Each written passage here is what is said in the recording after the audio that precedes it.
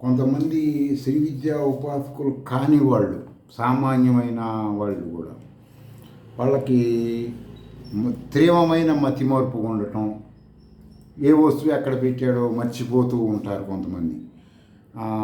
తర్వాత ఏదన్నా తలకి దెబ్బ తగిలి జ్ఞాపక శక్తి తక్కువ ఉన్నవాళ్ళు, ఫిట్స్ వచ్చేవాళ్ళు, మూర్ఛ అనబడే ఒక డిసీజ్ ఉన్నవాళ్ళు, తర్వాత వచ్చేసి స్కిజోఫోనియా అనే ఒక మానసిక రోగం ఉంటుంది మానవులకి. ఇవన్నీ వీటి గురించి ఇలాంటివి కొన్ని వందలు ఉన్నాయన్నమాట. ఇవన్నిటినీ వీటిలో నుంచి మీరు ఉత్తమ ఫలితాలు పొందటం కోసం, ఈ సిస్టమ్ బాగు చేసుకోవటం కోసం రశ్మి నాడి అని ఒక మంత్ర విద్య ఉంటుంది. దాన్ని ఆదిత్య ఉపాసన అంటూ ఉంటారు. తర్వాత వచ్చేసి సూర్య ఉపాసన, ఆదిత్య, ఇలా రకరకాల పేర్లతో ఉంటే శ్రీ విద్యా గురువుల దగ్గరికి వెళ్తే చెప్తారు, లేదంటే మీరు శృతుల ద్వారా తెలుసుకోవచ్చు.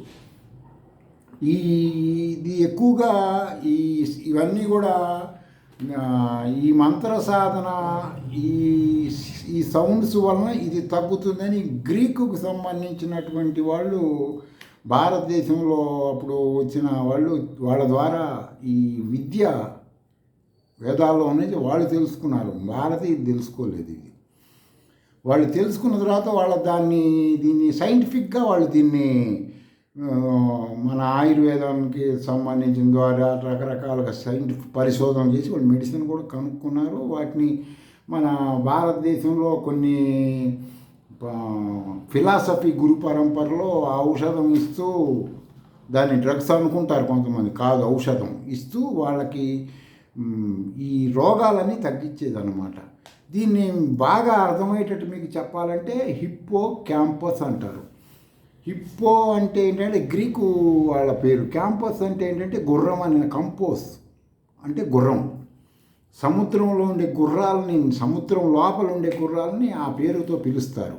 అంటే ఈ లోపల ఉండే మన బ్రెయిన్లో ఉండేది అది ఆ రూపంలో ఉంటుంది కాబట్టి అలా పిలుస్తారు. ఇది ఈ రస్ములకి సంబంధించినటువంటి లింక్ ఉంటుంది. ఒక జరగరాని సంఘటనలు జరిగినటువంటి వాళ్ళు కొంతమంది ఉంటారు. తర్వాత ఈ స్టెరాయిడ్స్ వాడిన తర్వాత జరిగే దుష్పరిణామాలు కొంతమంది బ్యాడ్ హ్యాబిట్స్ ఉంటాయి. ఒకవేళ సిగరెట్ కాల్చి అలవాటు ఉందనుకో, అది ఒకసారి మానుకోవటం, ఆల్కహాల్ మానుకోవటం, డ్రగ్స్, ఇలాంటి వాళ్ళందరికీ కూడా ఈ యొక్క హిప్పో క్యాంపస్ అనబడేది డ్యామేజ్ అవుతుంది. దానికి ఈ ఆయుర్వేదంలో సంబంధించినటువంటి ఔషధాలు కొన్ని ప్రకృతి రీత్యా ఉన్నాయి. వాటిలో నేను మల్కంగని గింజలని ఒక పేరు కూడా చెప్పాను మీకు. ఆ ఆయిల్ వచ్చేసి జ్ఞాపక శక్తిని డెవలప్మెంట్, ఒకటి చెప్తున్నా ఊరికే ఉదాహరణ కోసం. నేను ఇది మీరు తెలుసుకోవటం కోసం.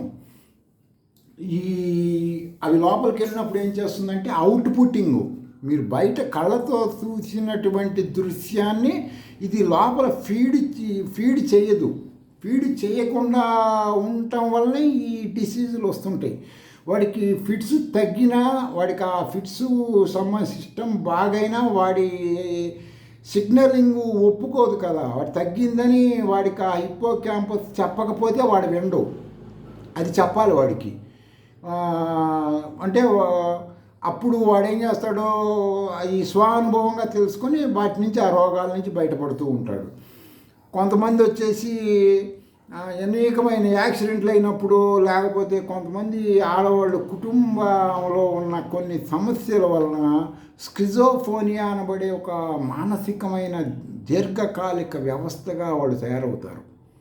సమాజానికి వాళ్ళ వలన చాలా ఇబ్బందులు వస్తాయి. ఎందుకని వస్తాయండి? ఆ రోగం లక్షణం ఏంటంటే, ఇది నా పక్కన దయ్యం ఉంది అంటుంటారు వాళ్ళు.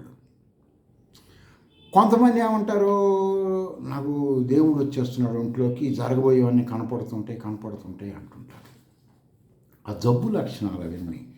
దానికి ఈ హిప్పో క్యాంపస్ మెయిన్ రీజన్ అన్నమాట. దీనికి రశ్మి నాడుల మంత్ర విద్య కనుక, అంటే సూర్య బీజాలు కొన్ని ఉంటాయి. సూర్య బీజాలకు శ్రీ విద్యలో కొన్ని కలుపుకొని చేసుకుంటూ ఉంటే నాడులు శుద్ధి అవుతాయి. నాడులు శుద్ధి అయినప్పుడు హిప్పో క్యాంపస్ అనబడే ఒక ఆ సముద్ర గుర్రం ఆకారం అన్నిటిని పట్టుకొని ఉంటుంది కదా నాడుల్ని బ్రెయిన్లో. అది మొత్తం చేస్తే ఆవిడ అవుట్పుట్టింగ్ వాడికి తగ్గిందనుకోండి, ఆ కుటుంబ సభ్యుల యొక్క సహాయ సహకారంతో ఇవి చేయాల్సినవి అన్నమాట. ఇవి మామూలుగా రశ్మి నాడి మంత్ర విద్య మామూలు వాళ్ళు చేసుకుంటేనేమో వాళ్ళకి చాలా షార్ప్నెస్, ఫిలాసఫీ తెలుస్తుంది, ఆధ్యాత్మిక ఫిలాసఫీ తెలుస్తుంది. ఇక తెలిసినప్పుడు వాళ్ళు ఇంకా బాగా ఇంప్రూవ్మెంట్ ఉంటుంది. ఆ విధంగా ఈ ప్రతి ఒక్క మంత్ర సాధన హ్యూమన్ బాడీలో కొన్ని కొన్ని ఉన్నతమైన వాడిని మానవుణ్ణి తీసుకెళ్ళటానికి ఋషులు తెలుసుకున్నటువంటివి. నేను చెప్పినవన్నీ మీరు ఒకసారి వీటిని ఆలోచించి రశ్మినాడి మంత్ర విద్య నుంచి బెనిఫిట్స్ ఏంటి అని, తర్వాత ఇట్లా చెప్పాడు కదా హిప్పో క్యాంపస్ అని సముద్ర గుర్రం లాగా ఉంటుంది తలకాయలని, అది చెడిపోతే ఏం జరుగుతుంది, మనకి అది బాగవ్వాలంటే ఏ మంత్రం చేయాలి, ఏ ఔషధం, ఇట్లాంటివి తెలుసు. మీరు ఇక్కడ సమస్యలు ఎక్కడ వస్తున్నాయి? నువ్వు 100 రూపాయలు సంపాదిస్తున్నావు, 1000 రూపాయలు ఖర్చు అయ్యేసరికి నువ్వు ఆటోమేటిక్ పక్కదారి పడుతున్నావు పూడ్చుకోవడానికి. తప్పు చేసి దాని మీద అది కప్పిపుచ్చుకొని ఇంకో తప్పుల మీద తప్పులు చేసుకుంటూ వెళ్ళిపోతున్నావు. దీని ఆ మూల కిరణాన్ని నువ్వు పట్టుకోవట్లేదు. దీన్ని కీలకము అంటుంది మంత్రంలో. మంత్రం అంటే ఆలోచన, వాటిలో షడంగాలని ఉంటాయని చెప్పి అందులో కీలకం అని ఉంటుంది. కీలకం ఏంటి? నీవు ఏం చేస్తున్నావు, దానికి కీలకం ఏంటి, అసలు బిఫోర్ ఏం జరిగింది, బిట్వీన్ ఏం చేస్తున్నావు, ఆఫ్టర్ ఏంటి, ఇవి తెలుసుకోవాలన్నమాట. ఇది శ్రీ విద్య అంటే. స్వస్తి.